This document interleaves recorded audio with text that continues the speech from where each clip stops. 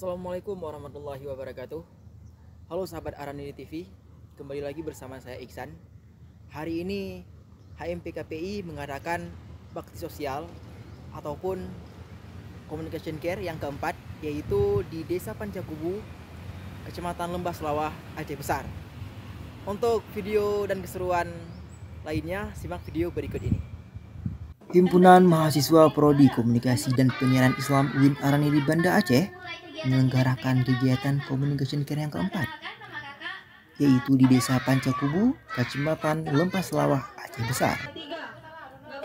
Kegiatan ini berlangsung selama 2 hari dan disambut baik oleh masyarakat setempat.